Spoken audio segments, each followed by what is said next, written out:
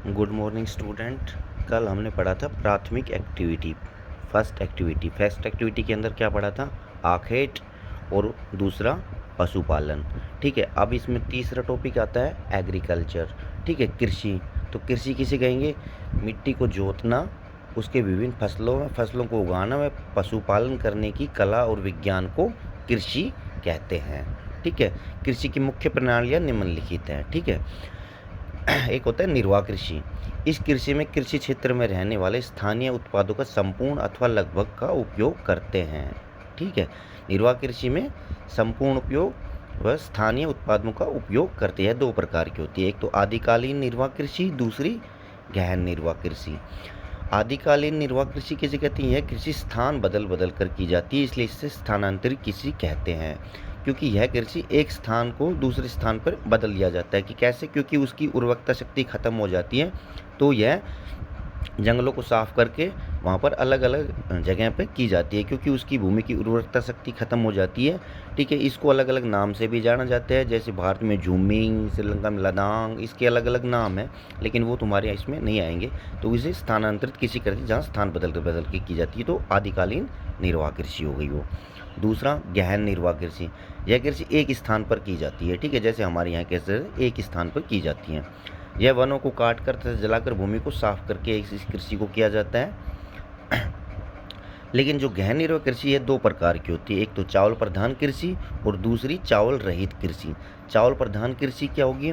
जिसमें चावल की प्रधानता हो। दूसरी जिसमें चावल की प्रधानता नहीं, क्योंकि भौगोलिक कारणों की वजह से, कई कारणों से पानी की कमी पड़ती है, इसलिए वहाँ पर चावल के अलावा और गहन कृषि की जाती है, जैसे गेहूँ हो गया, सरसों हो गया, अपने यहाँ करते हैं लोकल में, तो वो होगी चावल रहित गहन कृषि। और चावल प्रधान जहाँ पर पानी की अधिकता है वहाँ पर चावल की कृषि की जाती है। ठीक है, यह एक स्थान पर 2 या 3 साल तक कृषि की जाती है, क्योंकि उसके बाद भूमि की उर्वरकता शक्ति खत्म हो जाती है, तो उस स्थान को छोड़ के दूसरे स्थान पर जंगलों को साफ करके इस कृषि को किया जाता है। जीवन निर्वाह के साथ साथ यहाँ लाभ कमाने के लिए भी यह कृषि की जाती है।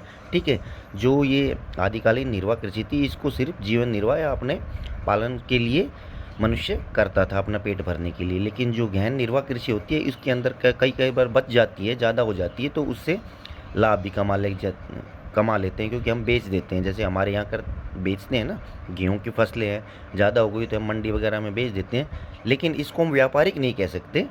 लेकिन गहन निर्वाह कृषि के अंदर इसमें आ जाते, व्यापारिक नहीं कह सकते, ये बात ध्यान रखना। इसमें मतलब ज़्यादा हो जाती है तो लाभ कमाने के लिए बेच भी दिया जाता है। ये केवल जीवन निर्वाह के लिए की जाती है। और ये जो आदिकालीन निर्वाह कृषि है, ये कम जनसंख्या वाले क्षेत्रों में की जाती है। जो विश्व में कम जनसंख्या वाले क्षेत्र हो गया, ट्रॉपिकल वाला एरिया हो गया भूमध्य रेखा के पास का, वहाँ पर यह सघन जनसंख्या वाले क्षेत्रों में की जाती है, जैसे जापान हो गया, भारत हो गया, चाइना हो गया। इसमें प्रति व्यक्ति हेक्टेयर उपज कम आती है, इसमें प्रति व्यक्ति हेक्टेयर उपज ज़्यादा आती है। किसान भूमि का स्वामी नहीं होता है, क्योंकि भूमि को छोड़ के दूसरे स्थान पर जाता रहता है, जंगलों को साफ करके करता रहता है। इसमें किसान भूमि का स्वामी होता है। ठीक है, अब आगे आदिकालीन कृषि में मशीनों व उपकरणों का प्रयोग नहीं करते, जो अपने देसी साधन उन्हीं का प्रयोग करते हैं। वहाँ पर उनके पास ज़्यादा फैसिलिटी वगैरह नहीं होती। इसमें गहन कृषि में मशीनों का प्रयोग करते हैं, जैसे हमारे यहाँ कल्टीवेटर, हार्वेस्टर हो गया, इन सब का इस्तेमाल करते हैं। उत्पाद बढ़ाने के लिए सिंचाई व उन्नत बीजों का प्रयोग नहीं होता है, क्योंकि वहाँ पर ऐसा कुछ नहीं होता जंगलों के अंदर भी, जहाँ पर आदिकालीन कृषि की जाती है। तो वहाँ पर जैसा है, जितने प्रोडक्ट उत्पन्न होगा उसी से काम चलाते हैं। उत्पाद बढ़ाने के लिए कोई ज़्यादा चीज़ों का इस्तेमाल नहीं करते। इसमें उत्पादन बढ़ाने के लिए सिंचाई व उन्नत बीजों का उपयोग भी करते हैं। इसमें प्रमुख फसलें कौन कौन सी होगी? मक्का, केला, शकरकंद, कसावा। और इसमें प्रमुख फसलें गेहूँ, सोयाबीन, जौ, ज्वार, बाजरा, चावल। ठीक है, ये होगी दोनों, एक तो आदिकालीन कृषि और दूसरी गहन निर्वाह कृषि। अब ये विश्व में कहाँ कहाँ पाई जाती है वो मैं तुम्हें एक बार बता देता हूँ। सबसे पहले हम देख लेते हैं कौन से आदिकालीन गहन निर्वाह कृषि, आदिकालीन निर्वाह कृषि सॉरी। तो ये कहाँ कहाँ पाई जाएगी? ये एक तो यहाँ पर पाई जाएगी, जो अपना विश्व का ये 0 डिग्री हो गई, तो 0 डिग्री के पास ये हो गया सेंट्रल अमेरिका। तो ये सेंट्रल अमेरिका का जो ये क्षेत्र है, यहाँ पर ये कृषि पाई जाती है। जैसे हो गया वेस्ट इंडीज़ का क्यूबा, जहाँ पर गन्ना वगैरह उगाया जाता है, ये मैक्सिको का क्षेत्र हो गया, तो यहाँ पर एक यहाँ पे पाई जाएगी। दूसरा आदिकालीन गहन निर्वाह कृषि,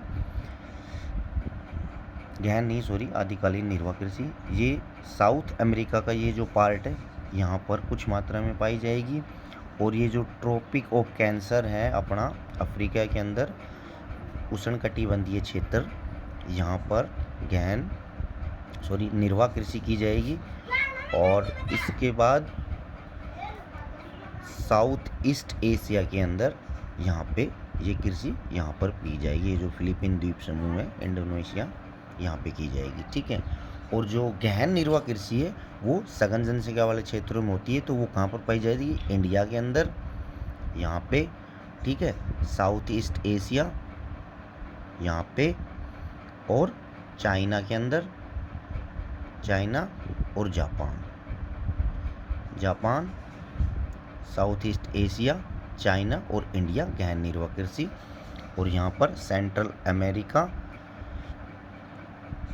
साउथ अमेरिका का ये क्षेत्र और ट्रॉपिक ऑफ कैंसर का उष्णकटिबंधीय क्षेत्र भूमध्य रेखा के पास, और साउथ ईस्ट एशिया का ये इंडोनेशिया फिलीपीन द्वीप समूह का ये क्षेत्र, यहाँ पर ये कृषि पाई जाती है, ठीक है। तो आज का चैप्टर हो गया आदिकालीन निर्वाह कृषि और गहन निर्वाह कृषि, इन दोनों में डिफरेंस। ये इस टॉपिक का फर्स्ट एक्टिविटी का 4th चैप्टर का ये था। तो इसको बिल्कुल कंप्लीट याद करना और इसको अपनी बुक में भी लिख लेना। Okay, thank you.